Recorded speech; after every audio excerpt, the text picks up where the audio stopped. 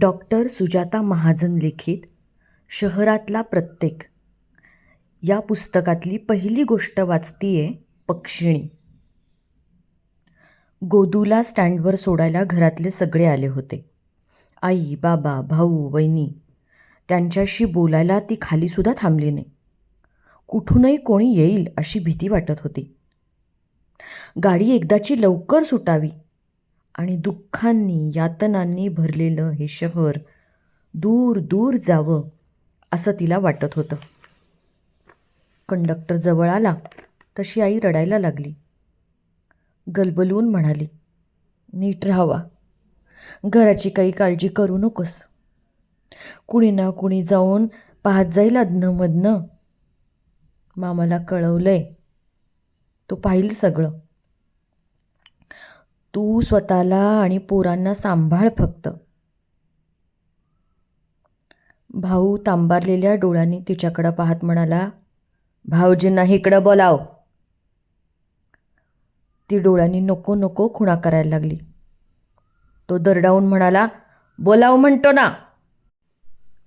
तिनं आत वळून शेजारी बसलेल्या नवऱ्याला सांगितलं, सका बोलावू राहिला. नवऱ्यानं तिच्या अंगावरूनच वाकून खिडकीतून पाहिलं. खालून सखाराम दरडावणाऱ्या आवाजात म्हणाला, आता तरी नीट राहावा. तुमच्या पायी समद वाटुळं झालं. आता तरी नीट राहावा. गोदूच्या नवऱ्यानं कसनुसा चेहरा करून आजूबाजूला पाहिलं आणि हळूच म्हणाला, हां हां, तू काळजी करू न ग. काळजी तर जन्माचीच हाय, पण माझ्या ताईच्या अंगाला हात लावला तर बघा, आता माझ्याशी गाठ हाय. सखारामची बायको आणि आई दोन्ही बाजूंनी त्याला बोलू नको म्हणून ढोसत राहिल्या, तरी तो बोललाच. गोदूच्या नवऱ्याचा चेहरा लाल बुंद झाला. ग बस, मला नका शानपणा शिकवूस. हत्तीच्या आईला, मादरचोद, अजून तुझा माज नाही कमी झाला व्हय. गोदूचा नवरा उठूनच उभा राहिला. आडमा पुंची असल्यानं त्याचं डोकं वर जोरानं आपटलं. आई आई ग करत डोकं धरून खाली बसला. ही संधी साधून गोदूनं खिडकीतनं डोकं बाहेर काढलं. ए सख्या, गपकी र. पुन्हा सगळं कशापायी उगाळत बसलायस निघताना. पुन्हा हेत करत बसायचं का?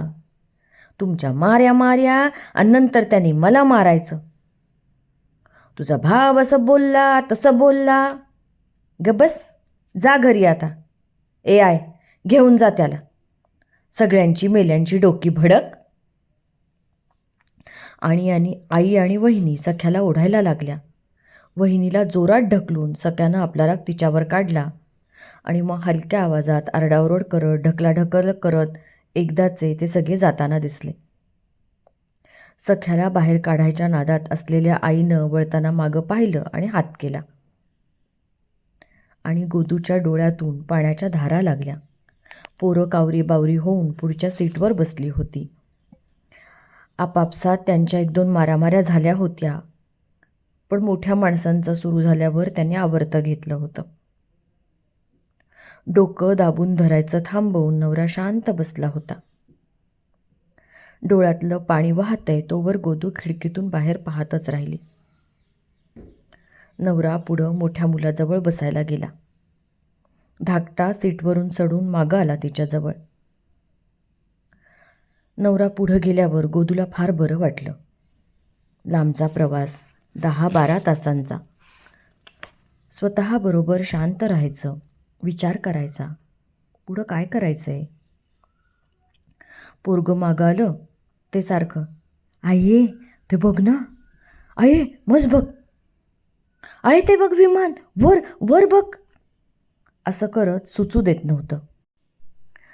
शेवटी कंटाळून निघताना आईनं दिलेला बिस्किट पुडा तिनं त्याच्या हातात दिला आणि मग पोराची बडबड थांबली. गोदूनं डोळे मिटून आत अंधार आणि एकांत निर्माण केला. आतल्या एकांतात ती सगळं विसरायला धडपडू लागली.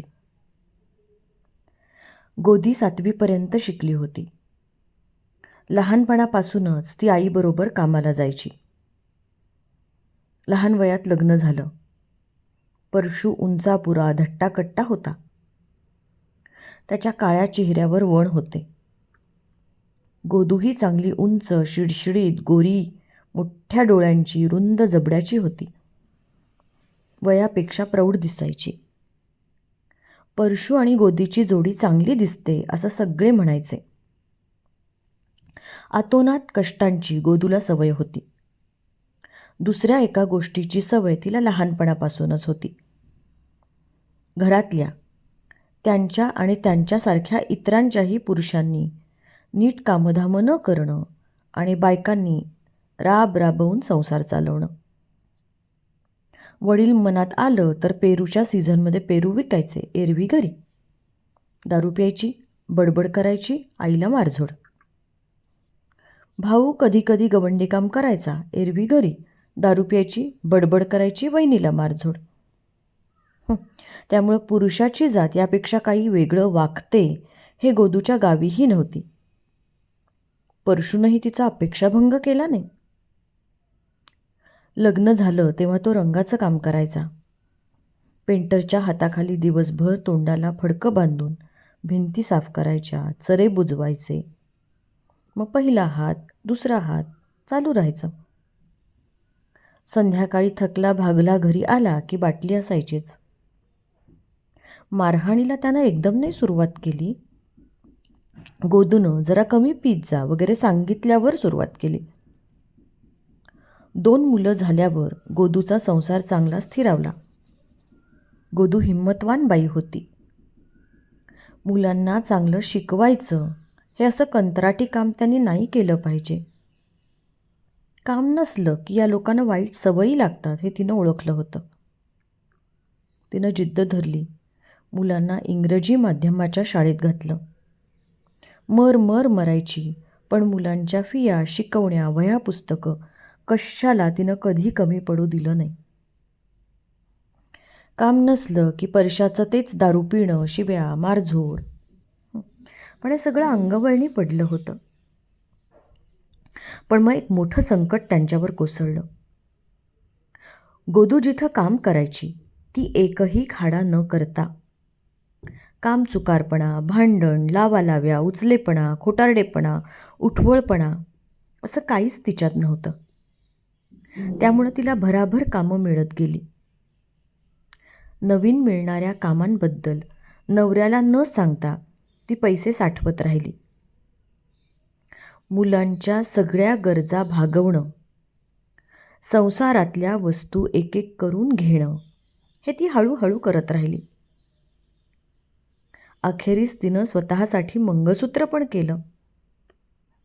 दागिने तिला नव्हतेच. तिचं मंगळसूत्र पाहिल्यावर मात्र परशूचं डोकं फिरलं.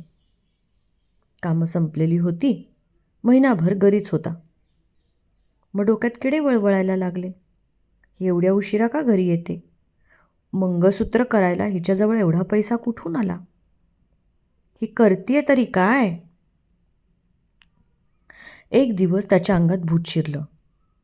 तिच्या कामाच्या ठिकाणी गेला. गोदूला पाठवा असं म्हणाला. गोदू बाहेर आली. चल माझ्याबरोबर, करड्या स्वरात म्हणाला. पण का मग? चल म्हणतोय ना. गोदू बिचारी बाईनं सांगून त्याच्याबरोबर निघाली. रस्त्यात तिला विचारलं, मंगळसूत्र कुणी केलं? कुणी केलं? मला कोण करणार? माझ्या स्वतःच्या पैशानं मीच केलंय. कसली एवढी कामं करतेस ग लोकांची? इतका पैसा कुठून आला? एका क्षणात गोदूला त्याच्या मनात काय चालले याचा अंदाज आला. ती परशाकडं अवाक होऊन पाहत राहिली. याला काही चपलेनं बडवावं का, एखादा धोंडा घालावा याच्या डोक्यात, असा विचार करत ती मोठमोठे भरून आलेले डोळे त्याच्याकडं रोखून पाहत राहिली. सटकन परशा म्हणाला, डोळे काढतीस माझ्यावर? लईच माज आलाय वाटतं. आणि त्यानं तिच्या गळ्यातलं मंगळसूत्र इतक्या जोरात हिसकलं की ते तुटलं. रस्त्यात मणी विखुरले. गोदूनं रडत रडत मंगळसूत्र उचललं, मणी गोळा केले. स्वतःच्या कष्टानं केलेलं मंगळसूत्र घालून जेव्हा पहिल्यांदा ती कामावर गेली होती. 10 कामं होतं तिची. कामावरच्या प्रत्येक बाईनं तिला मंगळसूत्राबद्दल विचारलं होतं. जवळ येऊन नीट पारखून पाहिलं होतं. तिच्यासारख्या धुणीभांडी करणाऱ्या इतर बायकांनी रस्त्यात थांबवून विचारलं होतं. गोदूच्या दृष्टीनं तो दिवस अविस्मरणीय होता. रात्री झोपली तेव्हाही तिला बायकांचे चेहरे, असूया मिश्रित कौतुकाच्या प्रतिक्रिया आठवत होत्या आणि हा तिचा आनंद परशानं येता एका क्षणात अक्षरशः धुळीला मिळवला होता. परशा तिला फरफटत घरी घेऊन आला. ज्या बायकांनी परवा तिच्याकडं कौतुकानं पाहिलं त्यांच्या नजरेत कीव दिसल्यावर गोदूला फार मोठी मानहानी वाटली. आपण कष्ट करतो, कुणालाही त्रास देत नाही, तरी जगायचं जमू देत नाही जग. आपलं काय चुकतं? पुरुषाची जातच हरावी तर आपण कुठवर पुरे पडणार? गोदू तिथं राहिली नाही. इतका चांगला जम बसलेला असूनही ती शहराच्या दुसऱ्या टोकाला राहायला गेली. तिथं मिलिटरीच्या क्वार्टर्स होत्या. परशाला तिथं रखवालदारीचं काम मिळालं आणि हिला धुण्या भांड्यांचं. एका छोट्याशा पत्र्याच्या खोलीत ते सगळे राहायला लागले. पुन्हा मुलांच्या शिक्षणाचा प्रश्न आला. मुलांना तिथल्याच शाळेत घातलं. वर्ष होतंय न होतंय तो परशा रखवालदारीच्या कामाला कंटाळला. त्याला पेंटिंग्सच्या जास्त पैसे देणाऱ्या कामाच्या ऑफर्स यायला लागल्या. काय करावं? परत जावं का काय तिकडंच? एक दिवस त्यानं गोदूपाशी गोष्ट काढली. चांगलं चाललंय की, कशा पायी सोडायचं? अगं इथं काही जास्त पैसा नाही, वाढवणार पण नाही, तर किती जबाबदारीचं काम असतंय. जरा झोप लागली आणि काय तर गडबड झाली तर काय भावात पडायचं बाई ते. आणि इथे मिलिटरीचे लोक, त्यांचं सगळं येगळंच असतंय. सगळं भरून घेतील चोरी बिरी झाली तर. पर पोरांच्या शाळा? अगं शाळेत काय, तिकडं पण घालता येतंय की. आता कुठलं व, आता फेब्रुवारी चालू आहे, एप्रिलमध्ये परीक्षा असती. ती झाल्या बिगर काय जाता येतंय व्हय? काय शिकून मोठे करणार आहेत तुझे लेक, जाऊ दे गेली परीक्षा तर. हे वाक्य गोदूच्या मनावर चरचरलं. काय तर बोलू नका, माझं लेक चांगले शिकून चांगली मोठी नोकरी करणार आहेत. हे असलं हातावरचं पोट काय कामाचं व? मग बस मुलांना घेऊन इथं मी चाललो. माझ्या हातातली कामं सुटली. पेंटरला दुसरं कोणी मिळालं तर मला पुन्हा ते काम बी नाही मिळायचं. गोदूही मग थांबली नाही. जुन्या चाळीत तिला पुन्हा खोली मिळाली. बायका तिच्या मानहानीचा प्रसंग विसरल्या. तिनं आपल्या जुन्या कामाच्या ठिकाणी भराभरा निरोप पाठवले. लोक जणू तिचीच वाट पाहत होते. पुन्हा कामं मिळाली. परशालाही पेंटिंग्सची चांगली कामं 2 महिने पुरतील इतकी मिळाली. परशा खुशीत होता. गोदूनही काहीतरी मनाशी जुळवलं होतं. आता आपण स्वतःच्या 2 खोल्या बांधू. जागा घ्यायला फक्त पैसे लागतील. पुढचं बाबा, सखा, तुम्ही, मी सगळं मिळून आपलं घर बांधून घेऊ. सामानाला पैसे लागतील, माझ्या कामाच्या बायकांकडनं घेईन, पण आता घर बांधायचं नाही तर आलेला पैसा असा तसा खर्च होऊन जाईल. पोरांच्या डोक्यावर छप्पर पाहिजेच. परशाही कधी नव्हे ते बरोबर म्हणाला. झालं. गोदू नव्या स्वप्नांनी भारावून गेली. 4 ठिकाणी विचारपूस करून कर्जाची चौकशी करून तिनं अखेर जागा घेतली. थोडे पैसे पुन्हा जमेपर्यंत थांबली. मग भाऊ, वडील, अळमटळम करणारा नवरा, मुलं सगळ्यांना कामाला लावून तिनं 2 खोल्यांचं छोटंसं घर उभारलं. हा सगळा काळ कामाच्या गर्दीचा, जीव खाऊन मेहनत करताना देहभान विसरून जाण्याचा होता. रात्री कष्टानं शिणलेलं शरीर झोपेच्या हवाली करताना शिणवट्याबरोबर खोल समाधान तिच्या अंगात झिरपलं जायचं. तिला दिसायचं तिचा मोठा लेक बाबू शिकून चांगल्या नोकरीला लागलाय. कसली व्यसनं नाहीत, काही नाही. घरात मदत करतोय. बाहेरच्या जगात लोक त्याला बाबूराव बाबूराव म्हणून मान देत आहेत. आजूबाजूचे लोक म्हणतायत, गोदीचं लई चांगलं झालं. बिचारीनं एवढे कष्ट केले, त्याचं सोनं झालं हो, लेकरं गुणी निघाली. तिच्या स्वप्नात परशा कुठंच धरलेला नव्हता. एक दिवस मोठ्या बाईंच्या घरी त्यांची मुलगी टी व्ही पाहत बसली होती. जंगलावरचा कार्यक्रम होता. प्राण्यांचं जगणं दाखवत होते. सिंह फक्त पिलांना जन्माला घालण्यापुरता, बाकी कुटुंबाशी त्याचं काही देणं घेणं नाही. सिंहिणीने मिळवायचं, मग हा आयता येऊन खाणार. फरशी पुसता पुसता गोदू ते पाहत राहिली. तिच्या मनात विचार आला, हे तर आपल्यासारखंच आहे. मग माणसात माणूसपणा कुठला? का पुरुषांना नकोच असतं घर?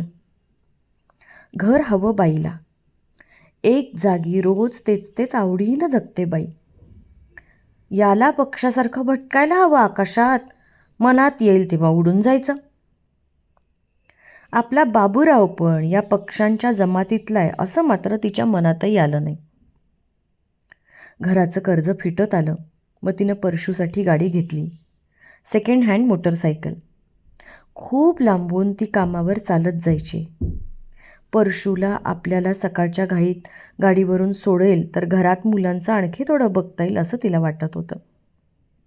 परशूनं एक दिवस उत्साहानं सोडलं, मग पुन्हा कधीच नाही. पेंटिंग्सच्या जोडीला परशू आता गवंडी कामालाही जात होता. एक दिवस तो रात्री घरीच आला नाही. काळजीनं गोजू बेजार झाली. शोध तरी कुठे घेणार? लांब लांबची कामं. 2 दिवसांपूर्वीच तो पिऊन घरी आला होता आणि काही चमचमीत खायला का नाही केलं असं म्हणून गोदूला वळ उठेपर्यंत मारलं होतं. दुसऱ्या दिवशीही तो आला नाही तेव्हा गोदूला फारच काळजी वाटायला लागली. आपण त्याच्याशी बांधलेलो आहोत हे तिला फार जाणवलं. त्याचं मारणं, आक्रस्ताळेपणा, संशयीपणा, कामचुकारपणा, अंथरुणातली बळजबरी होतं ते सगळं वाईटच होतं. तरीही आपला जीव का कासावीस होतोय हे तिला कळत नव्हतं. 2 दिवसांनी तो आला. त्याला पाहून तिचा जीव भांड्यात पडला. पण कुठं गेला होता त्यानं काहीच सांगितलं नाही. तो अतिशय मऊपणं वागत होता. एकदाही ओरडला नाही. पोरांशीही छान वागला. तिला राहून राहून आश्चर्य वाटलं. एकदा दोनदा तर तिच्याकडे पाहून तो हसला पण. गोदू चक्क लाजली. रात्री त्यानं तिच्या पुढे कागद ठेवला. सही कर. काय आहे हे? तुला काय करायचं आहे? सही कर. अहो काय आहे पण हे? मी नाही उगाच सही करणारा.